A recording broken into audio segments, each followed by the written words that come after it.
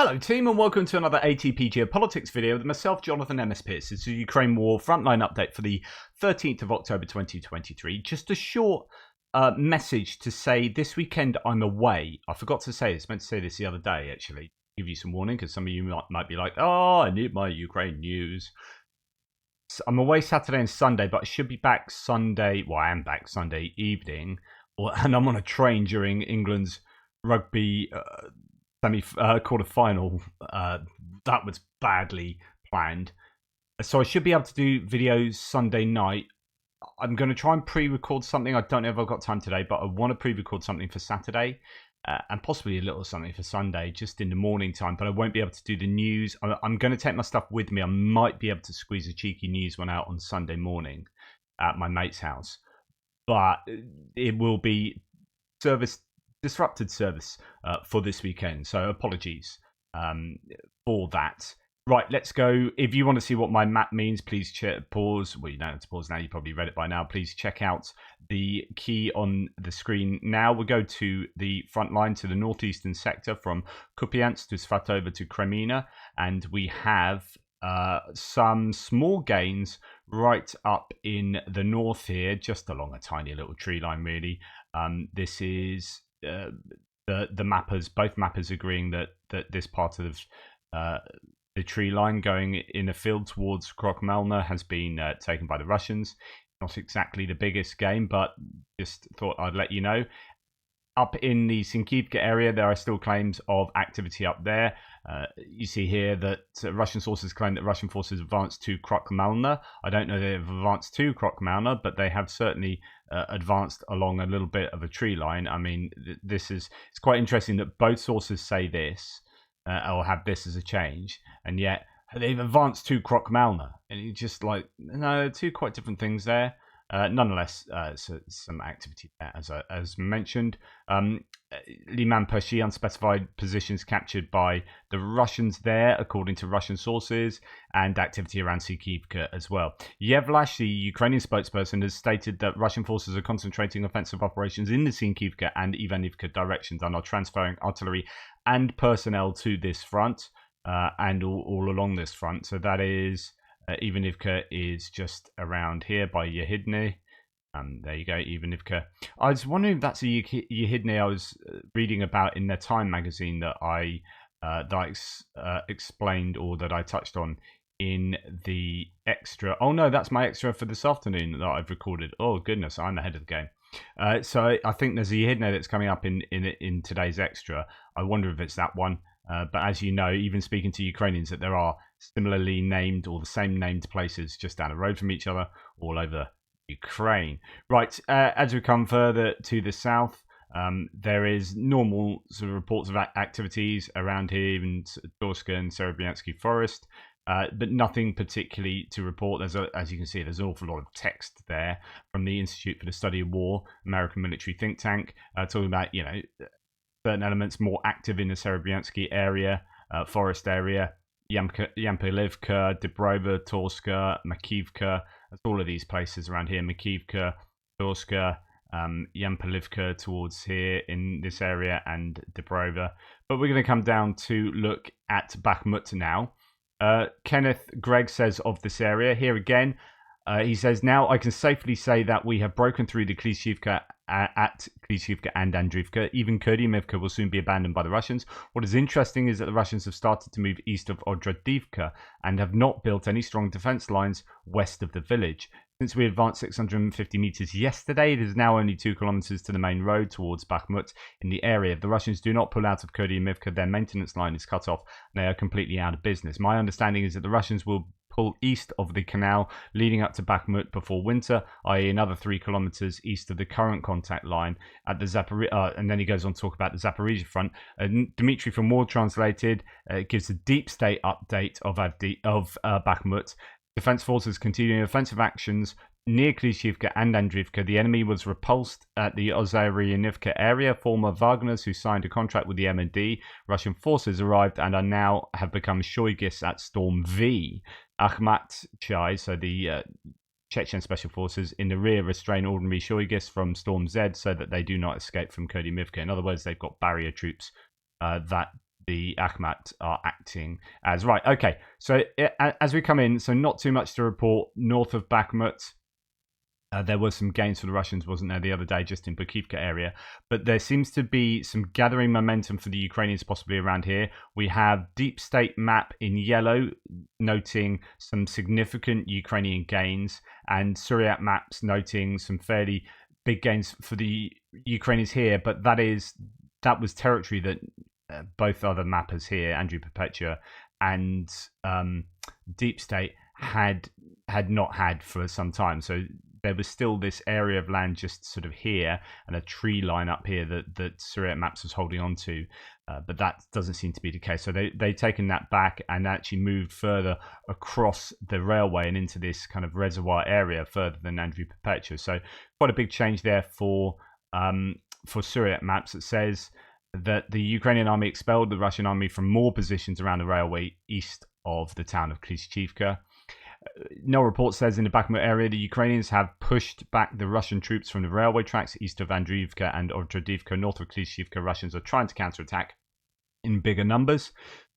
Ukrainian assault units held positions. So this is the idea that up here it's still fairly tough and the Russians are really trying to push here, although they are suffering in this area and are being pushed back. And as you can see, that's fairly significant territory, as according to Deep State map, the Ukrainians have pushed the Russians back. That's broadly a kilometer, but the claim is 650 meters. So actually, if you draw it, I think it was further this way. To be honest, it's probably more along here. So that is about 650 meters, and that fits in with what people are claiming in the area. So yeah, this could be interesting. We could see Kurdyivka under increasing pressure. It depends how well the Ukrainians do in pushing south of Avdiivka here to try and encircle, come back behind Kurdyivka, or certainly from the north through Zelenopilia. Now, reporting from Ukraine had a whole video on the activities around here, and there is considerable. I have seen an awful lot of footage of stuff being blown up around this general area. I reported on a couple geolocated yesterday in the Kadema area and a little bit to the south of there as well.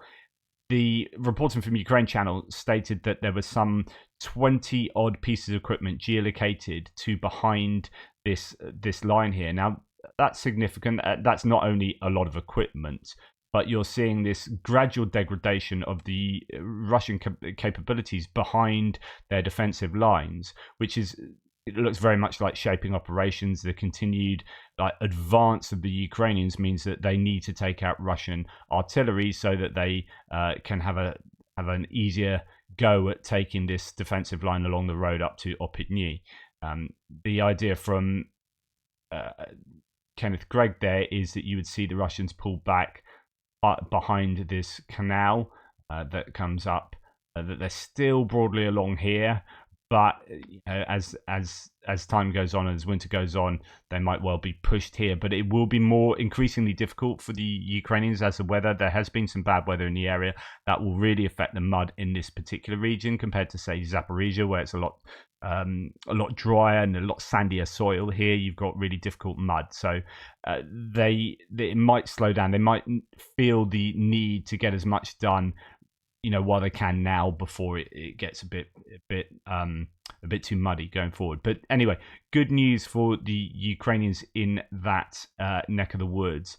The ISW reports pretty much what I've been saying there. So they are making some good advances. There are reports of quite a lot of heavy Russian losses in this area.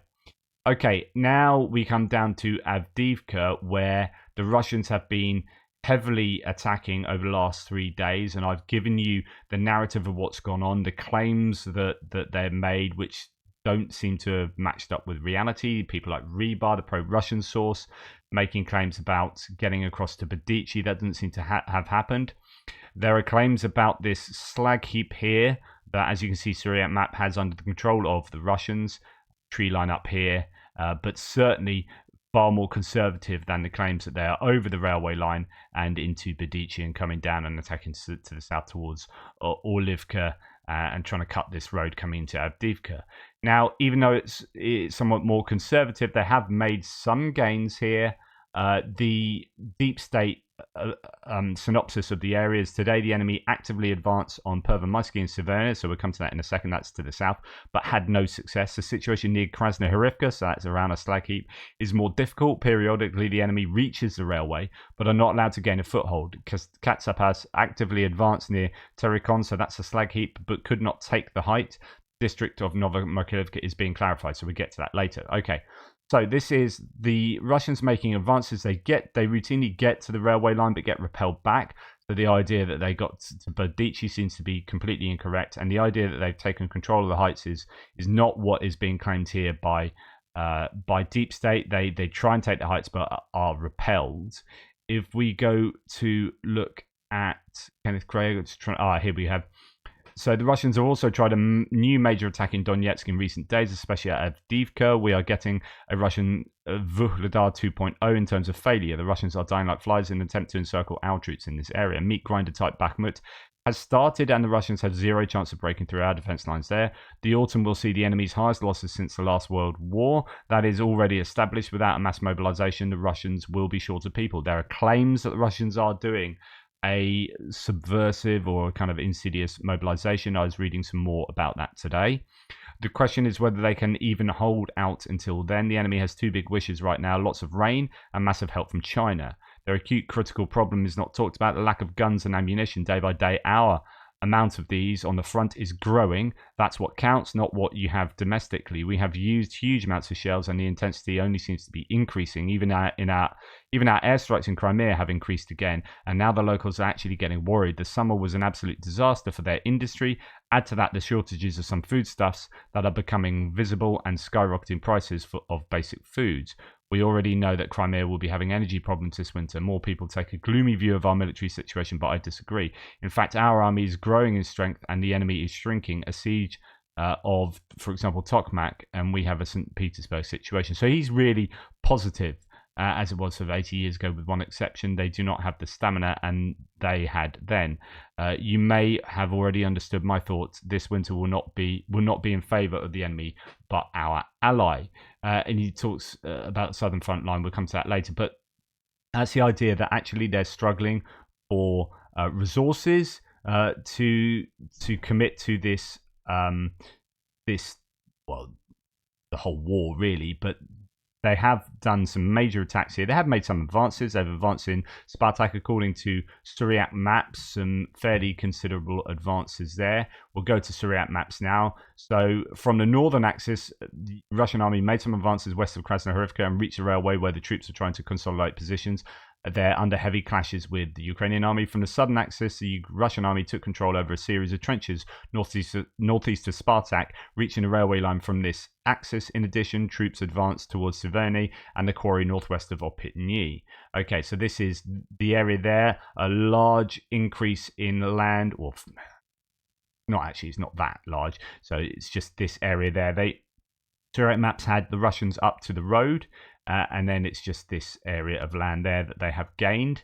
And then over here, moving north towards Severny, this was the area that the Russian geolocated vehicles were from ISW yesterday. That Solid Foe Life was laughing at my kind of like, oh, they're that far north. But that was a single vehicle. And then by all accounts, they got destroyed. So I don't quite know what glee he was trying to infer from that. Anyway, that's one of the pro-Russian commenters in my threads. Right.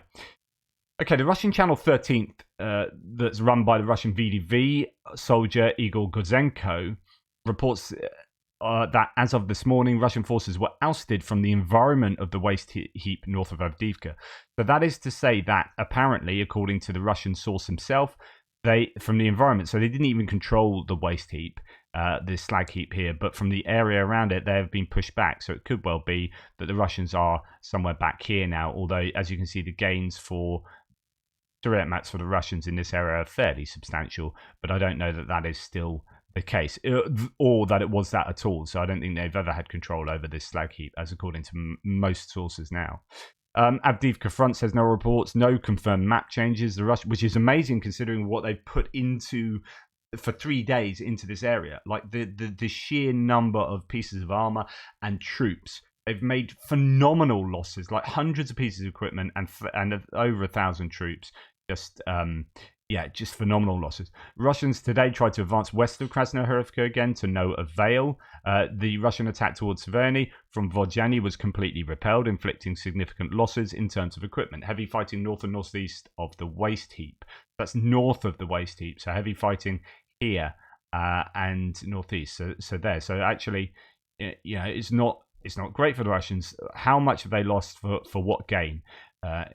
It's not great. So the Surrey maps claims that we've seen, just to show you what's been going on there, and yes, so that's Novomikhailivka. We'll come to that in a little bit. Now let's look at Avdiivka Doom posting from Murs. So this is another Russian who is a bit like Igor Gherkin, bit of a realist. Talks about the strength of Ukrainian fortifications in the area. Well, let's go through it actually. So my pessimism regarding the assault on Avdiivka is based on my knowledge of fairly simple things from the field of military affairs and in practice similar operations that have already happened during the SMO. The main caliber of our brigade and the core artillery is 152mm, and its main projectile is an ordinary high explosive fragmentation projectile. Normal concrete fortifications can withstand even a direct hit, but a direct hit still needs to be achieved. The barrels of our artillery are pretty worn out. Again, I wrote about the weight difference of 152mm charges produced this year. So counting the hours of artillery preparation or in general artillery activity, and from measuring the possibility of success is not a good idea. Just firing and ploughing all the surrounding fields won't help much. It's been tested. The 29th checkpoint, which was taken by the 4th Brigade at the beginning of the SMO, is an excellent confirmation of this. The fields around it were all dug up. And so this is the idea that the Russians are firing inaccurate barrels with high explosive shells that aren't necessarily going to break through concrete fortifications, and they're basically just flinging a bunch of lead into the fields, really, and to very little achievements. And this has been picked up by Murs here. Ukrop, so Ukrainians were filling everything there with concrete during the Minsk agreements right before our eyes. Shooting at these fortification works was prohibited then, and the Ukrainians were skilled in fortification work and have dug in very well. So it was all happening quite slowly with a bypass of this very 29th from different sides, where there was also a lot of sadness. I suggest Googling eight assaults of Svechlichny and then look for this Svechlichny on the map. This is by no means Avdiivka. There were not so many fortifications there. There were simply 2 wetlands where it was convenient to hide. So it's the idea that the Ukrainians have built up a lot over the years before this iteration of the conflict began even. And that makes it really difficult. This is why some Russians are saying at the moment that they're just not going to take this quickly. I mean, even if you do have a pincer attack that was somewhat successful, Avdiivka is very difficult to take. And you then leave yourself somewhat vulnerable in the pincer anyway. Nonetheless, let's continue. And the saddest thing... therefore, the main possible positive results in this direction, in addition to simply drawing back the Ukrainian reserves, is to compress the perimeter in those places where the Ukrainians would not conduct large-scale fortifications work. In other words, around here and around here. So you're compressing the outside and around here as well. But of course, those are fields that are heavily entrenched, and also you just got a clear line of sight to those positions. And the saddest thing is that it's possible is that this deceptively successful squeeze will spur the desire of the comrade generals to quickly take Avdiivka, and the troops will beat on concrete with their heads until they run out. Because we have an excellent approach. Just remember the anecdote about a Soviet young specialist who is not allowed to go abroad. What do you need to start a family? 1 woman and 9 months? There is not that much time. We give 9 women and 1 month. Attempts to compensate for the impossibility of targeted firing with large calibers by piling shells somewhere there, using everything that is available, is precisely that, and it doesn't work. So this is really damning indictment. So it's not hard to understand why the red arrow trade on the map pisses me off, because the promotion by media, so people like Rebar, of the theme, now we're about to take everything, rah rah, it leads to the fact that under the pressure of the media, which in turn generates pressure from top to bottom in the army, people are forced to take all of this in a situation when it is necessary to gain a foothold. repel counterattacks, and build a mechanism for exploiting the modest successes achieved, a mechanism for increasing the very price of staying in Avdiivka for Ukrainians. So what he's saying here is people like the commenters on my threads, your Clive Engels and your Solid Faux Life and all these pro-Kremlin trolls will be saying, oh, hurrah, Avdiivka, singing all the praises of successes, but they aren't really successes, and that's not helping. And actually, they shouldn't be trying to do things too quickly. They just need to bite and hold, and do this slow squeezing compression. If you try and rush these things, it'll come back and bite you on the backside. Finally, I'm constantly accused of praising the Ukrainians, and yet their advantage is obvious. It lies on the surface. They don't just want to win the war and are ready to turn themselves inside out to achieve this, unlike our leadership. From the very moment of our painful defeats in 2014, the Ukrainians learned to fight in a real way. They looked for everything necessary for this, created it if it didn't exist. And all this time, the Russian armed forces were preparing for the last war, that is, the War of 888, to disperse wild aborigines with AKs. The fact that the Syrian experience does not work in the Donbass, that this is a serious war and a serious enemy, was explained to advisors from the Russian Federation even before the start of the SMO, but no one wanted to listen. And now, after a year and a half of war, many things, real disastrous failures, are preferred to not to be noticed. We give 9 women 1 month. Again, really damning indictment, trying to suggest that they're trying to rush things here. They're not using artillery effectively. They don't have the ammunition for artillery. They don't have the barrels for accurate artillery, and so on and so forth. Right, it's so much footage coming out. I can't obviously show you most of the footage. This is just something that I guess it's not the first time I've seen this either. So I can't show you this, but there are 2 people behind this vehicle that have got out this vehicle and they're just by the side. And then the driver decides to do a reverse turn to drive off back this way. And he reverses over these people. This guy gets out the way. This guy gets crushed and killed. And then it gets hit by an ATGM or an RPG. It's able to drive off by all accounts, because the video cuts later to this guy and the dead person lying there. And like, what are you doing? But I've seen Russian forces run over theirs a number of times. I know it does happen, right? These things are just really difficult to see out of, especially if you're kind of trying to do a reverse maneuver. But just pretty chaotic. Anyway, we have the ISW talking of this area, saying Russian forces continued attacking Ukrainian positions near Avdiivka and made limited advances. Geolocated footage indicates that Russian forces advanced west and south of Krasnohorivka and just south of the E50 highway. So the geolocations they go for, a video of a large column. This is the column I showed you, the huge column. And that is being geolocated exactly. I already told you where it was, which was there. That's beyond the lines, but of course, a column moving doesn't mean that they control that area. It's about what happens to that column afterwards, and we have evidence that it was pretty much degraded all over the shop. Whether that means that they control that or not, I don't know. That to me just says they were there, they were driving through it, but it's probably likely that they'd have control over this area, the road that we saw in that footage. But it's not the most robust claim there, I think, from the ISW. They also use this as a geolocation, so footage from a Russian attack. No, this one, sorry. No, it was this one. Sorry. So, footage from a Russian attack near Vodzyany, south of Avdiivka yesterday. A Russian tank hits a miner, after which infantry disembarks. Another tank and BMP follow. There's a lot of destruction going on. That, of course, that means that the vehicles were there. But like I was saying yesterday, I'm surprised at how far north from Severny the vehicles were. It doesn't mean they actually control that ground. In fact, it looks like most of the vehicles have been blown up.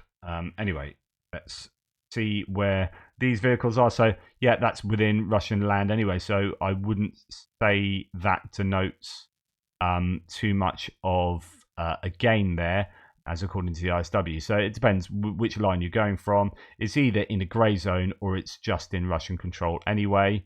I have adapted the deep state line around here and a little bit there that I think I've missed, although I think there was the deep state map did move slightly in Russia's favor, literally by like 20 meters there, so I don't know how meaningful that is. Anyway, that's that. So the Russians have made some gains according to Suryat maps, Andrew Perpetua has not changed his mapping here. Deep State map these are the Deep State map gains, but you also have the Suryat map gains there as well from the day before.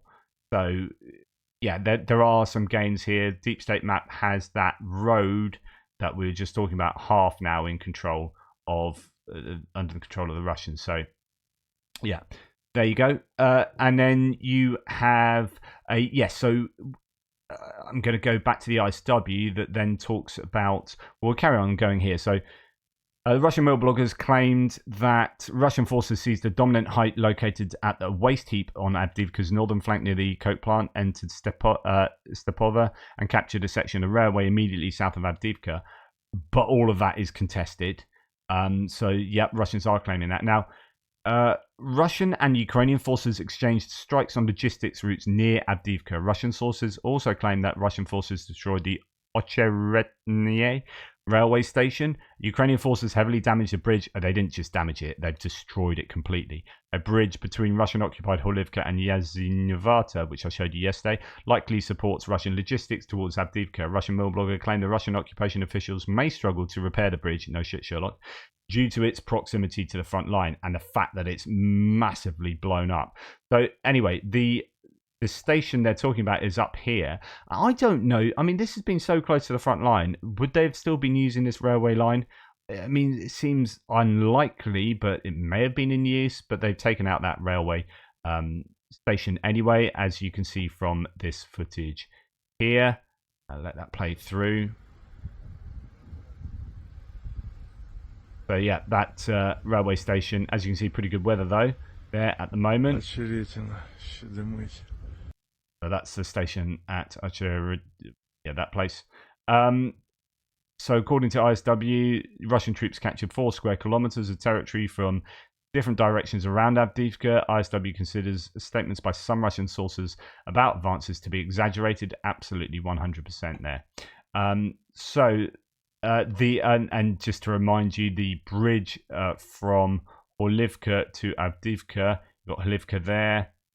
You got the bridge. It's here at Pantelemonivka. So I think the bridge was there, and it's completely destroyed. And that ain't being rebuilt. Not just because it's that close, but that's a really big project to rebuild that. So you're not seeing supplies come across that road for a long time to come. It does make me wonder why that hasn't happened already, I have to admit. But there you go. Right, moving onwards, we come to the south to Novomykolivka, where there are some gains for the Russians. Marinka has been under pressure again. There's lots of activity there. And yeah, this basically a rectangle there, according to Suryat maps, is now under Russian control. So here they say the situation south of Donetsk during the last 2 days, the Russians have managed to capture some positions south of the town of Novomykolivka. So they have been hammering Novomykolivka with aviation. In fact, all along here, back to Konstantinivka. That's not the Konstantinivka behind Bakhmut. But yeah, so they've been hammering. The Russians have been hammering here for some time. They are obviously wanting to take Novomykolivka, and it will help them kind of level up this front line here, which will in turn help them take Pobjeda, which will in turn help them take Marinka, which will in turn, there are all these kind of knock-on ramifications. Right, we're going to move to the west to the Velyka Novosilka salient here, where it's been relatively quiet. There is activity, but compared to the height of the counteroffensive, not a great deal. So here, just to mention Novomykolivka, sorry. Russian forces continue assaults west and southwest of Donetsk and made marginal advances. Geolocated footage published yesterday indicates that Russian forces made limited advances south of Novomykolivka. Ukrainian General Staff reported Ukrainian forces repelled more than 10 Russian attacks near Marinka, Pobjeda and Novomykolivka. So there is fairly active around there. And then, activity around Pryutne, around Urozhaine, Novodonetsk, nothing too out of the ordinary, just what we've seen. There are some tiny gains for Suryat maps in this area, just literally that part of the forest there. I have that here, as you can see, just a small amount of land there. Made small advances north of Pryutne, the Russian army, according to Suryat map. So that is that. some of you may call into question the claims of Suriyat Maps. They are, of late, they have been sort of heralding those Russian gains, but they haven't been as bad as Rebar, and sometimes they do have it right. So I think it's useful to still keep an eye on what they say. And when we come down to the Robotyne Sector, we have gains both from Suriyat Maps and Andrew Perpetua, both to the east and to the west of Robotyne, but it's still slow and grinding. I find this fairly significant, though. Both mappers have the Russians pushed back to the outskirts of Verbove. Now, this has been off and on for some time. There were claims right at the beginning of the kind of scare quotes breakthrough that happened around Verbove, where there were claims that the deep reconnaissance groups of the Ukrainians were in this area of Verbove, and that the Russians were actively targeting objectives in this area. But I don't know if that was true. But there's certainly been, they were unable to get a foothold if they were that far in.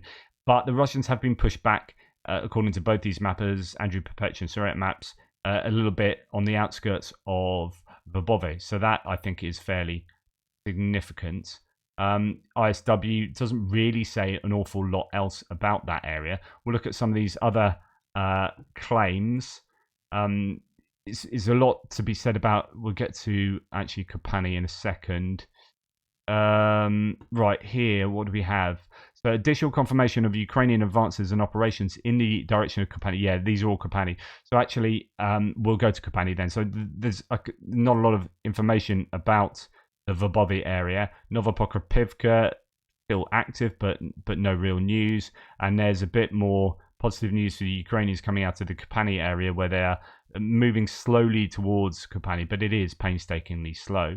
No report says Ukrainian advances and operations in the direction of Kopani have been confirmed. Units of the 128th Mountain Assault Brigade, with the help of tanks, managed to dislodge Russians from their forward positions, and that has been geolocated, which is within the area that no reports already had under Ukrainian control, but it just shows they are confirmation of those gains. Just to let you know, that is here. So yeah, pretty much within this area of gains. That's probably the footage that Andrew Perpetua used to confirm that there were Ukrainian gains in that area. Dmitry from, I know we'll come to that in a second actually. Robotyne Kopani says no reports on the flanks of Robotyne. There is good progress towards Kopani. The AFU has entered the trench networks and kicked out Russians from their most forward defensive positions. So that's these trenches around here. A few bits of trench there, so maybe slightly more substantial trenches, and there's another few lines just in the northeastern area of Kopani there too. Suriyat Map says that during the last 4 days, Ukrainian armies continue to advance north of Kopani, taking some positions from the Russians. And then we're going to come on to this, which is, so, okay, that's to say good news for the Ukrainians, but it's really grinding and slow progress being made there. And we're going to kind of zoom out a little bit and just dip into Dmitry from War Translator. It says Ukrainian special forces compromised the Russian supply of fuel and ammo in the Zaporizhzhia front line this morning. Quote, this morning a unit of the SSO Ruk Oporu carried out a successful operation in temporarily occupied Melitopol. Thanks to the sabotage action of our soldiers at 7:30 in the morning, the railway track was blown up. As a result of the explosion, the railway track and the train that delivered ammunition and fuel for the Russian army were damaged. Additional information regarding enemy losses is currently being established.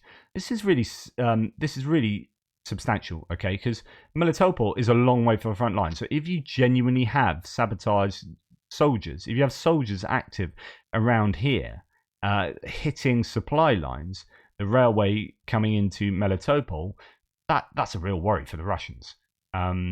But yeah, I thought that would be worth noting.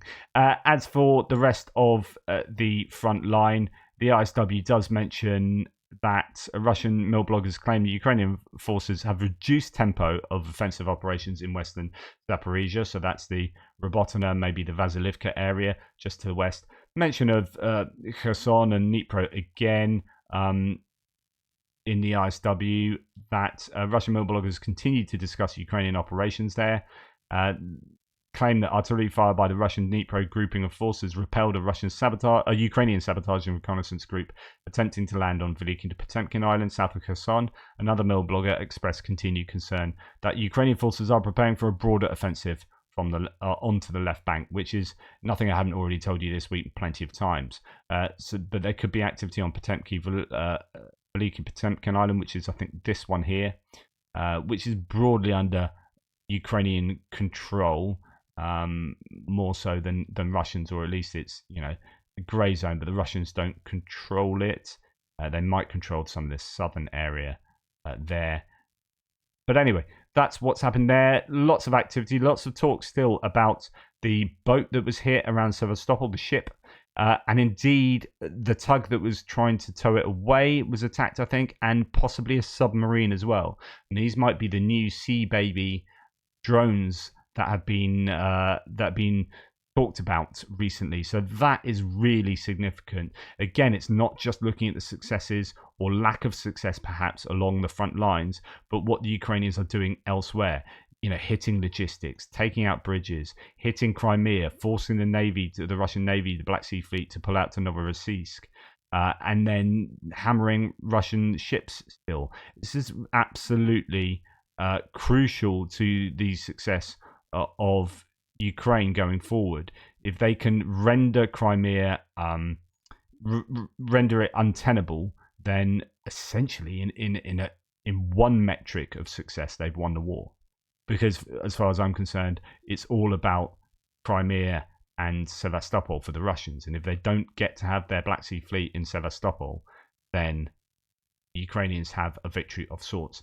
Anyway, thank you for watching. Please like, subscribe and share. Take care, and I'll speak to you soon. But I won't speak to you much tomorrow.